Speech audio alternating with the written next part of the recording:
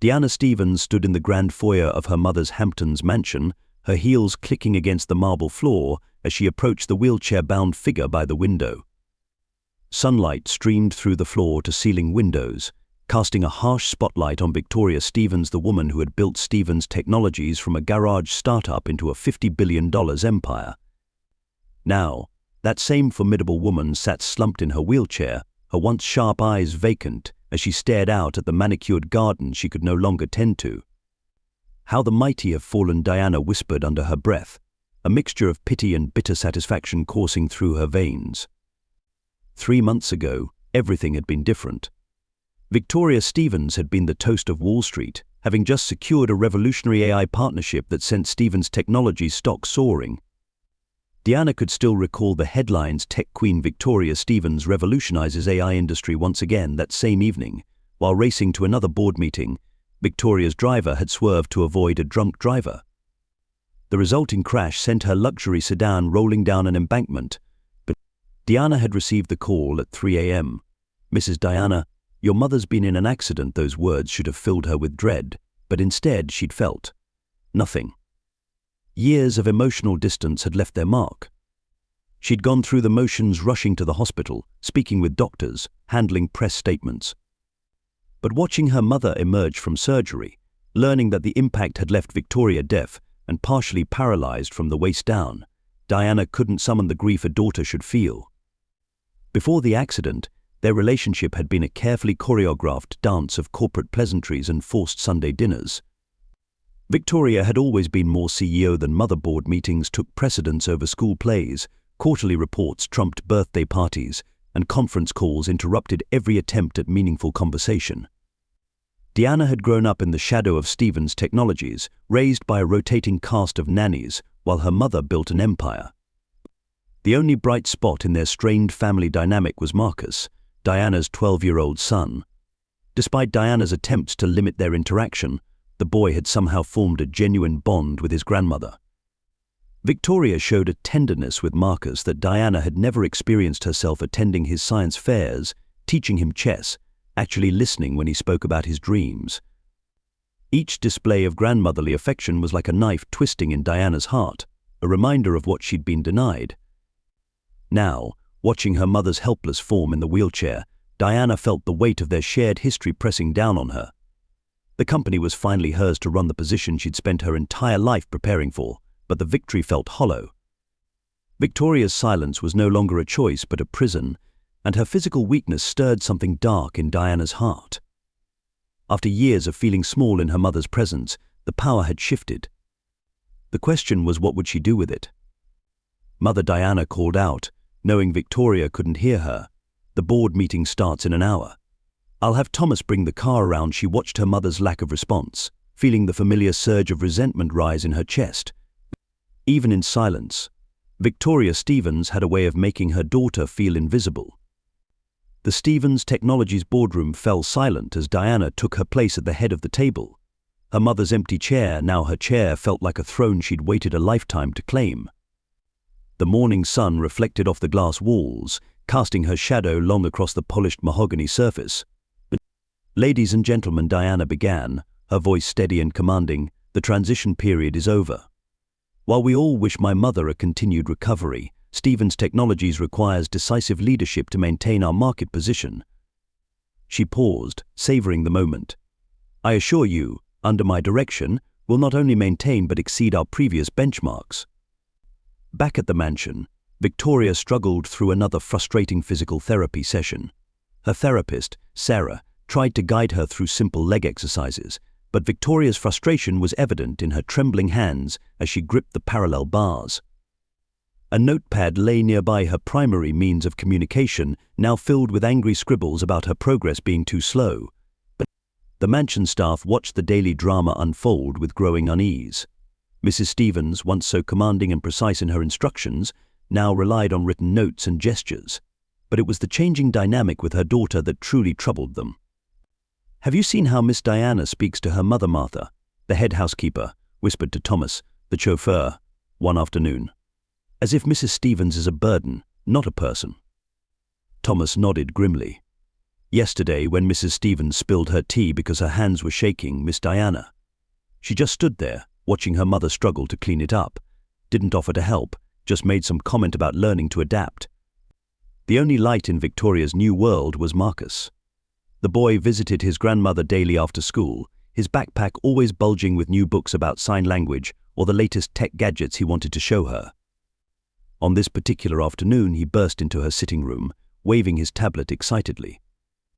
Grandma, he remembered she couldn't hear him and quickly switched to the basic signs they'd been learning together. His fingers moved slowly but deliberately. I found something cool. Victoria's face transformed at the sight of her grandson. The defeated slump of her shoulders disappeared as she straightened in her wheelchair, eyes bright with interest.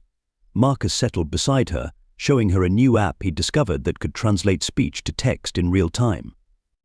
Diana watched this interaction from the doorway, her fingers tightening around her coffee cup.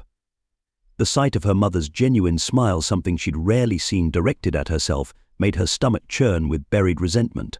"But Marcus," she called sharply, "you have homework to finish." The boy looked up, his face falling. "But Mum, I'm showing Grandma." "Now, Marcus, your grandmother needs to rest." Diana's tone left no room for argument. Victoria reached for her notepad, scribbling quickly, "Please let him stay.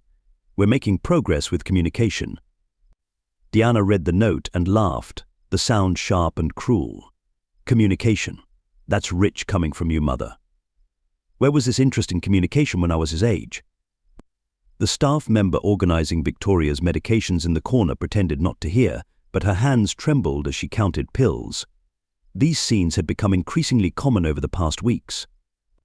In board meetings, Diana was transforming Stevens' technologies, making aggressive moves that would have made her mother proud if Victoria had been able to follow them. Instead, she was relegated to receiving printed reports of company decisions after the fact, her attempts to offer input via written notes largely ignored. The tension reached a new height during a charity gala hosted at the mansion. Victoria, determined to maintain some semblance of her former life, insisted on attending. Diana watched her mother struggle to navigate social interactions, seeing powerful business associates and old friends awkwardly try to communicate with written messages and exaggerated gestures. "Perhaps it would be better if you stayed upstairs during these events," Mother Diana suggested later, making sure to face Victoria so she could read her lips. "You're making everyone uncomfortable." Victoria's face flushed with humiliation as she wrote, "This is still my company, my home." Is it Diana's smile was razor sharp. You can't hear negotiations, can't walk into meetings, can't even speak to defend your positions. Face reality, Mother, your time is over. The household staff began finding excuses to be elsewhere when Diana visited. They couldn't bear to watch their former employer shrink under her daughter's verbal assaults, but none dared intervene. Jobs at the Stevens mansion were too coveted, too well paid to risk. Marcus, however, noticed everything. His young face grew increasingly troubled as he watched his mother's treatment of his grandmother. One evening, he found Victoria alone in her study, tears sliding down her cheeks as she struggled to sign her own name. "I'll help you, Grandma," he promised, speaking and signing simultaneously. "We'll learn together." Victoria managed a weak smile, but her hands shook as she wrote, "Your mother is right about one thing. I wasn't there for her like I should have been. Perhaps this is my punishment." Marcus read the note and shook his head fiercely, but before he could respond, Diana's voice cut through the room. "Marcus, time for dinner. Upstairs now." As Marcus reluctantly left, Diana paused in the doorway. "Don't fill his head with your self-pity, Mother. You made your choices. Now we're all living with them." The door closed with a decisive click, leaving Victoria alone in the growing darkness, her notepad filled with words she couldn't say, apologies that came too late, and a growing fear of what her daughter had become. The breaking point came on a rain-soaked Tuesday evening. Diana had just returned from a contentious board meeting where her latest acquisition proposal had met unexpected resistance. Her heels echoed through the mansion's halls as she stormed into her mother's study, finding Victoria reviewing old company documents with Marcus by her side. "So this is why the board doesn't trust my judgment." Diana's voice trembled with rage as she snatched the papers from her mother's lap. "You've been sending notes to board members through Marcus, haven't you?" Victoria frantically reached for her notepad, but Diana knocked it to the floor. Marcus quickly retrieved it, watching with wide eyes as his grandmother wrote the Morrison acquisition is too risky. The company's patents are under litigation. The company I built, Diana spat, enunciating each word with deliberate clarity so her mother could read her lips. The one you were too busy building when I needed a mother. Now you want to control it through my son. Victoria's hands shook as she wrote, I'm trying to protect our legacy. Your legacy, Diana's laugh was hollow. Your legacy is a daughter who grew up without a mother, who spent every Christmas watching you work, who learned to stop asking for bedtime stories, because the answer was always after this conference call. She grabbed the handles of Victoria's wheelchair, spinning it to face her. Your legacy is perfect now. You're as silent as you always were when I needed you. Mom, stop, Marcus pleaded, but Diana was lost in decades of pain. You want to know what the board thinks? They pity you. Poor Victoria Stevens. The mighty CEO now trapped in silence. Diana's grip on the wheelchair tightened. Well, I don't pity you. I'm glad you can't speak. Glad you have to sit there and listen for once. With a sudden surge of anger, Diana shoved the wheelchair backward. The force was stronger than she intended, or perhaps exactly as strong as her buried rage demanded. The wheelchair hit the study step with a sickening jolt, tipping sideways. Victoria tumbled out, landing hard on the wooden floor. The crash seemed to echo through the mansion. Victoria lay there, unable to call for help, her eyes wide with fear and hurt. The silence was deafening. Then came a sound that shattered Diana's rage, her son's sob. Marcus stood frozen in the doorway, tears streaming down his face. How could you, he whispered, then louder, how could you? Diana stepped back, the red haze of anger fading as horror at her actions set in. Marcus, No, the 12-year-old's voice cracked with emotion. You don't get to explain this away. He rushed to his grandmother's side, helping her sit up, his small hands gentle as he checked her for injuries. Do you know why I spend so much time with Grandma? Marcus's voice was steady now, filled with a wisdom beyond his years. Because she told me stories about you. About how she worked so hard because your father left you both with nothing but debts. About how she built this company so you would never know the fear of poverty she grew up with. Diana's legs gave out, and she sank into a nearby chair as Marcus continued. She showed me pictures of you sleeping in her office when you were little, because she couldn't afford a babysitter. She kept every drawing you made, every report card, every article about your achievements. He pointed to a drawer in Victoria's desk. It's all there. While you were hating her for not being there, she was trying to give you everything she never had. Victoria had managed to pull herself into a sitting position against the wall. Her hands moved slowly, signing words she'd practiced with Marcus. I'm sorry. I love you. She's been learning sign language. Marcus's voice softened. Not just basic signs she's been practicing every day while you're at the office. She wanted to surprise you, to finally have real conversations. He took a shuddering breath. But all you do is hurt her. You became exactly what you thought she was, someone so focused on their pain that they can't see anyone else's. Diana's vision blurred with tears as memories flooded back, memories she'd buried beneath her resentment. Her mother carrying her to bed from the office, exhausted but still humming a lullaby. Victoria missing board meetings to attend her college graduation, beaming with pride.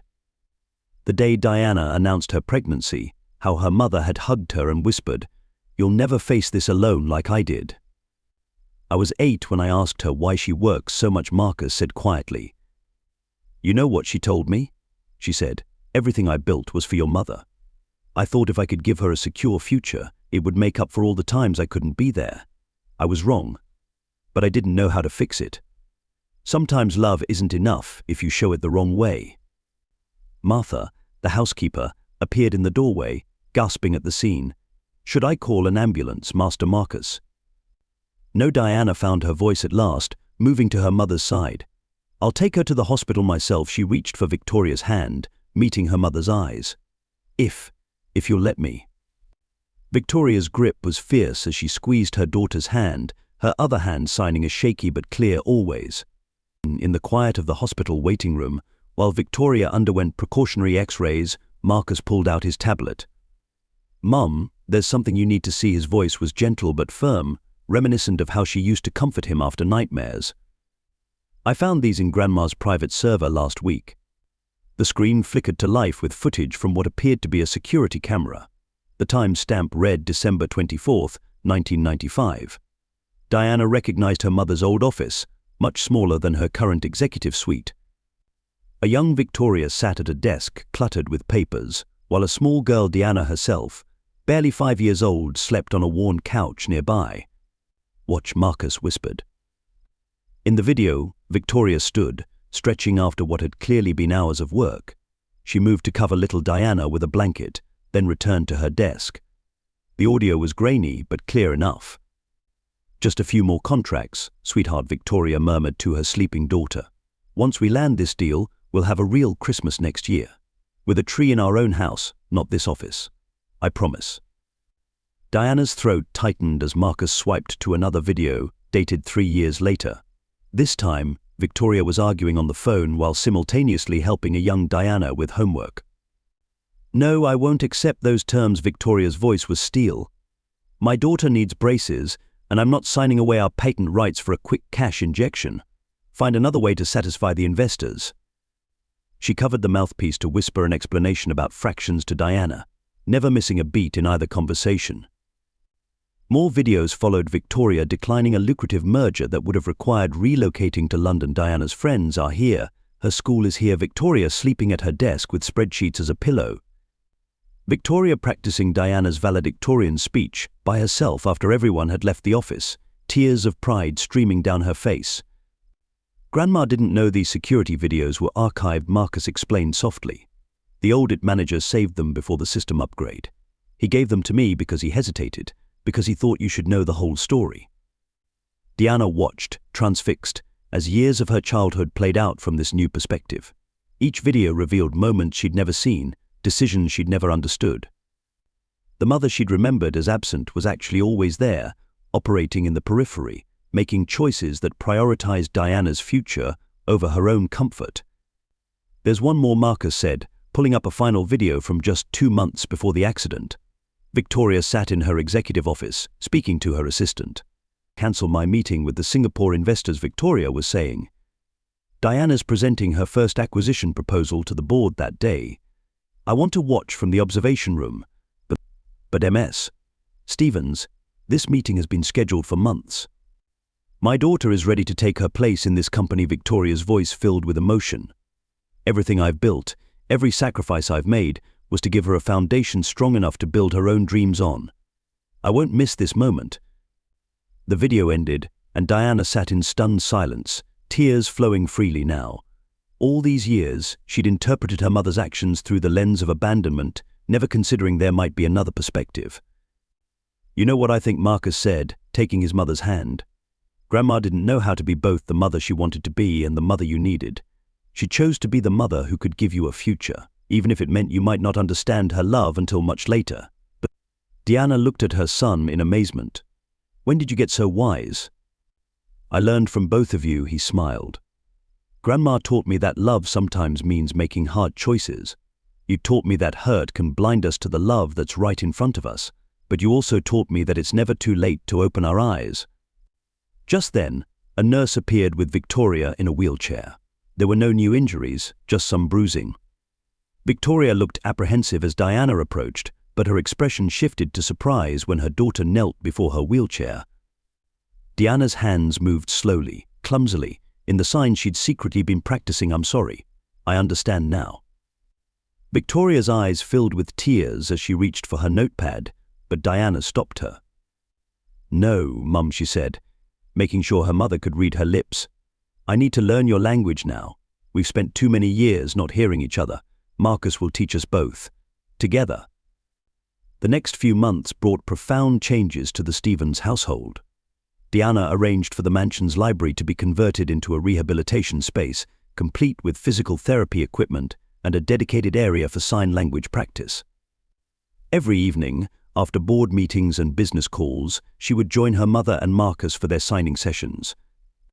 One particularly challenging evening, after struggling with complex signs, Diana's frustration bubbled over.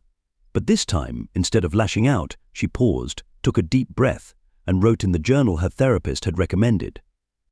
Today I wanted to scream when I couldn't get the signs right. Old habits die hard, but then I saw Mum struggling too, her hands shaking as she practiced, and she just kept trying.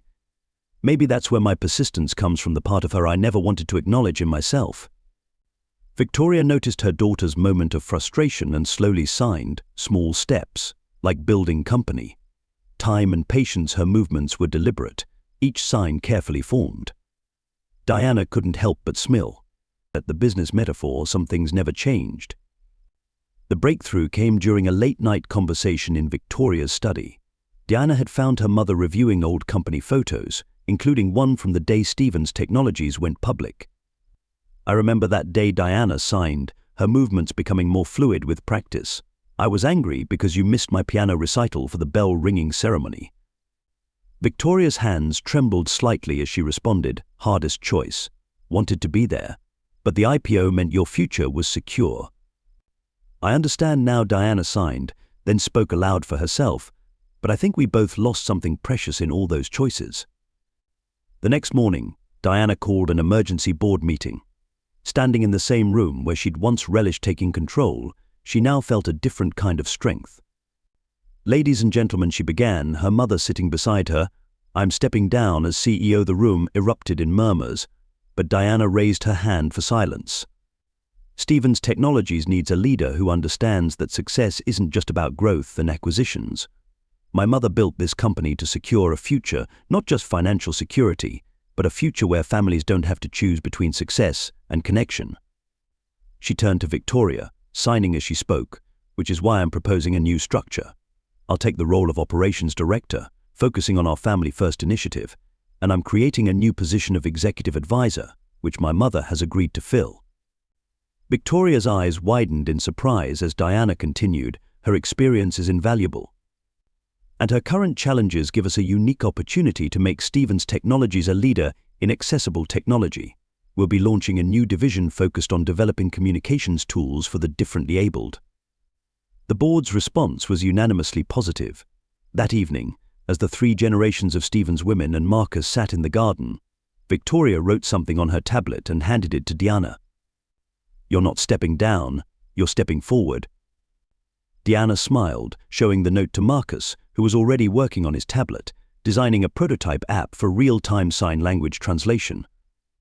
Actually, Mum, Diana signed, her movements confident now, we're stepping forward together. Victoria reached for her daughter's hand, and for the first time in decades, the silence between them wasn't filled with unspoken resentment, but with newfound understanding. The sun was setting over the mansion's gardens, casting long shadows that reminded Diana of how far they'd come from those dark days of anger and blame. In the soft evening light, Marcus looked up from his tablet. Mom, Grandma, look, he demonstrated a rough version of his app, which translated their signs into spoken words. It wasn't perfect, the translations were sometimes clumsy, the timing off, but it was a beginning. Just like them. 6 months later, the Stevens mansion buzzed with the warmth of Friday family dinner, a tradition that had once been a source of tension but was now the highlight of their week. The dining room, once a stage for silent power struggles, rang with laughter and the gentle movement of signing hands. Victoria sat at the head of the table, her posture strong despite her wheelchair, watching Diana teach the household staff basic signs between serving courses. Martha, the housekeeper, carefully signed thank you as she set down a plate, earning an encouraging smile from her former employer. Mom, Grandma, guess what? Marcus burst out, both speaking and signing simultaneously, a habit he'd developed naturally. The Stevens Foundation's first grant applications are ready for review. We already have 50 submissions from disabled entrepreneurs. Diana beamed with pride. The foundation had been Marcus's idea, combining Victoria's business acumen, Diana's operational expertise, and their shared experience with disability adaptation. They provided not just funding, but mentorship and technological support to disabled entrepreneurs building accessibility-focused startups. Show them the special one. Victoria signed, her movements graceful now after months of practice. Her eyes twinkled with shared secret. Marcus pulled out his tablet, displaying a polished version of the sign language translation app he'd started developing 6 months ago. It's ready for beta testing. And guess who's our first test group? The children's hospital wing Diana signed and spoke, her voice thick with emotion. The same hospital where they'd spent so many difficult days after Victoria's accident was now a place of hope and innovation. Victoria reached for her tablet not out of necessity anymore, but choice and typed life has a way of turning full circle. Our greatest challenges become our greatest gifts to others. Diana took her mother's hand, remembering the anger that had once filled this room. "Marcus," she said thoughtfully, "remember what you told me that day in the study? About love being shown in different ways." Marcus nodded, his young face serious. "I said that, but you both taught me what it really means. Love isn't just about being there, it's about being willing to change, to learn new languages, whether they're spoken or signed or shown through actions." Victoria signed, with Diana and Marcus joining in perfect synchronization. Love speaks louder than words. As the evening light filtered through the windows, casting a golden glow over their dinner table, 3 generations of the Stevens family sat together, not in silence, but in harmony. Their hands moved in a dance of communication, their hearts beating in rhythm with the understanding that sometimes the greatest strength lies not in the power of speech, but in the willingness to listen in all the ways that matter. The end. The end,